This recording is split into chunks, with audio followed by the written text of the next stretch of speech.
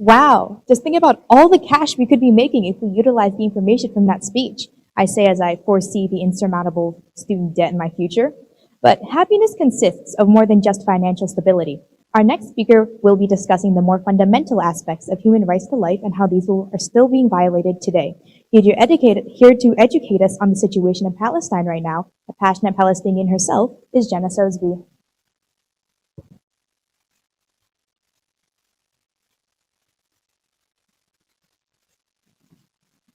The theme of this Fredx event tonight is growth. Growth not only happens physically, but also mentally. You grow your minds every day just by learning. My speech tonight will be about growth, but I will tie with it something that is very important to me. My name is Jenna Sosebee, a name that consists of both Arabic and English, representing the two countries I'm from, Palestine and America. It is possible you've heard about the situation in Palestine between the Palestinians and the Israelis. I could start at the very beginning, where the Ottoman Empire collapses after World War I and how Britain colonized the Middle East, or more specifically Palestine. But I'll start with my own experience. I grew up in both Palestine and America, but I mostly went to school in Palestine. My dad runs a nonprofit organization called the Palestine Children's Relief Fund that helps Arab children get the care they need or they can't find or afford. I grew up seeing poverty in refugee camps. My father built a pediatric cancer department in the West Bank so that children who have cancer and their families can just worry about the cancer and not finding or affording access to it. It was named after my birth mother, who died of leukemia in 2009, who then must be.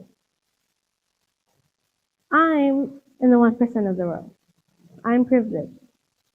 I can go to school without worry, and if I'm sick, I can go see a doctor. Those are for the others can't. Every Friday in Palestine after prayer, there's a confrontation between the Palestinians and the Israelis. The Israelis fire bullets and tear gas, and the Palestinians fight back with rocks to defend their country. How can we turn our heads with this problem? The largest open-air prison on earth, as described by the United Nations, is located in Palestine. The Gaza Strip is home to over 2 million people, most of whom are refugees. You must be wondering why it's nicknamed the largest open-air prison on earth, and the explanation is simple. The borders have been closed since before I was born, and the vast majority cannot leave unless they get permission by the Israeli military. In Gaza, 94% of the water is salty and undrinkable, and the electricity is only on for a few hours a day at random. You also cannot cross a certain point on the Mediterranean. Imagine you're a kid like me, a freshman in high school, and to go to school you had to cross multiple checkpoints. A 15-minute drive could take 45 minutes. I personally know people who come to the city I live in, Ramallah, from the holy city of Jerusalem just to get an education. Some of my classmates have to take 2 hours out of their day to take a bus ride only a few miles to school and back. As a kid, I used to think the only reason my family was allowed to cross a checkpoint was because I was in the car. But now I know that it's because me and my dad look American. I am American, but I'm also Palestinian.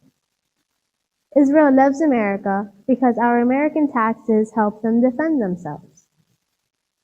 But against what? Rocks? I personally know the fear that comes when you see Israeli soldiers across a checkpoint firing at demonstrators, making you think, will I get shot? Will I die? I've also been tear gassed multiple times. I'm a Palestinian, and the situation of my people is one that cannot be ignored. Now that you've learned about what's happening in Palestine, your knowledge has grown and expanded.